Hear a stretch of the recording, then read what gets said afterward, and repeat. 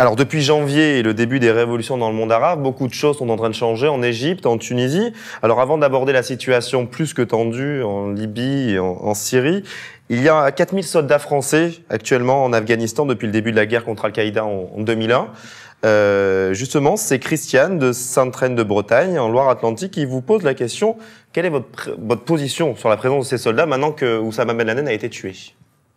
Après le 11 septembre 2001, il fallait décider d'une intervention. Et l'ONU en a pris la responsabilité et la France y a pris sa part. 10 ans après, les conditions ont changé. Pas simplement parce que Ben Laden a été tué, mais parce que nous avons fait ce que nous avions à faire. Nous avons un nouveau président, enfin, qui maintenant est installé depuis plusieurs années, et nous ne pouvons pas nous transformer en armée d'occupation. Donc, la position que je prendrai, c'est, au lendemain des élections de 2012, de donner ma position, c'est-à-dire le retrait d'ici la fin de l'année 2012, et de consulter le Parlement, comme je pense ce serait une bonne initiative dans la conception qui est la mienne. Vous ne craignez pas que les mouvements talibans en profitent justement pour revenir dans le pays, si la sortie d'Afghanistan est trop rapide?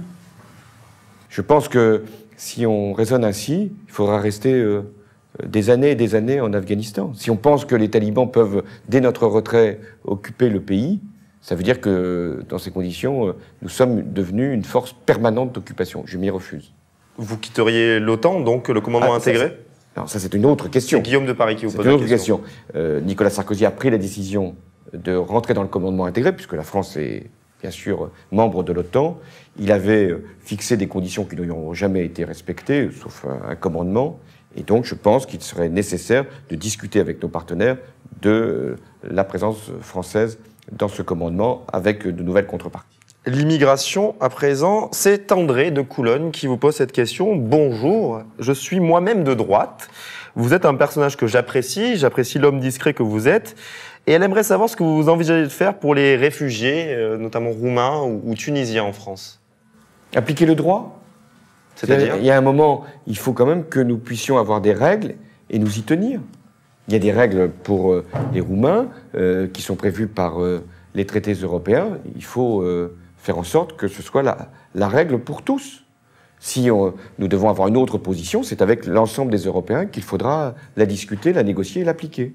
Quant aux Tunisiens, la question ne m'a pas été posée, mais je le dis, quand les Tunisiens eux-mêmes accueillent des réfugiés venant de Libye à la suite des combats qui s'y déroulent, et le font avec beaucoup de courage et de solidarité, nous avons donné le sentiment, là, les Européens, d'avoir peur de quoi? De 15 000, 20 000 Tunisiens qui s'étaient échappés, d'ailleurs, souvent avec la bénédiction de Kadhafi, qui avait été trop heureux de créer là une difficulté supplémentaire.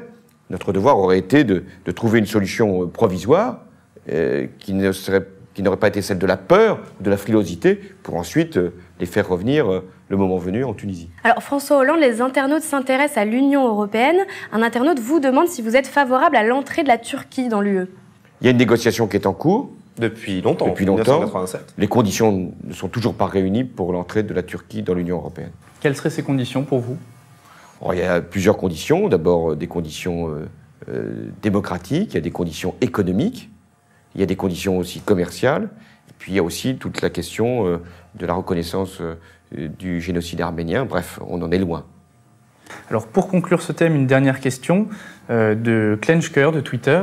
Est-ce que vous pensez que la France doit intervenir en Syrie?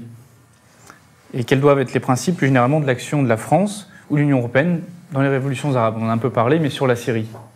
En Syrie, nous avons des informations qui nous reviennent qui sont absolument insupportables. Vous avez vu cet enfant de 13 ans qui a été torturé à mort. Et il n'est pas le seul. C'est un régime répressif, pas simplement depuis quelques semaines. Il l'a toujours été. De père en fils, là aussi. C'est un système où on transmet le pouvoir de génération en génération. Donc il faut faire une pression considérable sur la Syrie. Il y a eu trop de complaisance. Je me souviens de présidents français qui sont allés en Syrie et qui ont beaucoup pardonné au régime syrien parce qu'il était un facteur, disait-on, de stabilité dans la région. Je pense qu'il faut, sur le plan des sanctions, sur le plan de la pression, être beaucoup plus ferme qu'on ne l'est aujourd'hui. Alors faire une intervention, attention, aujourd'hui ça supposerait une résolution de l'ONU dans une partie là qui est difficile. Enfin, je pense qu'il faut d'abord procéder par étapes. Pression, sanction, confiscation des biens, dénonciation, et ensuite voir avec nos partenaires ce que l'on peut faire de plus.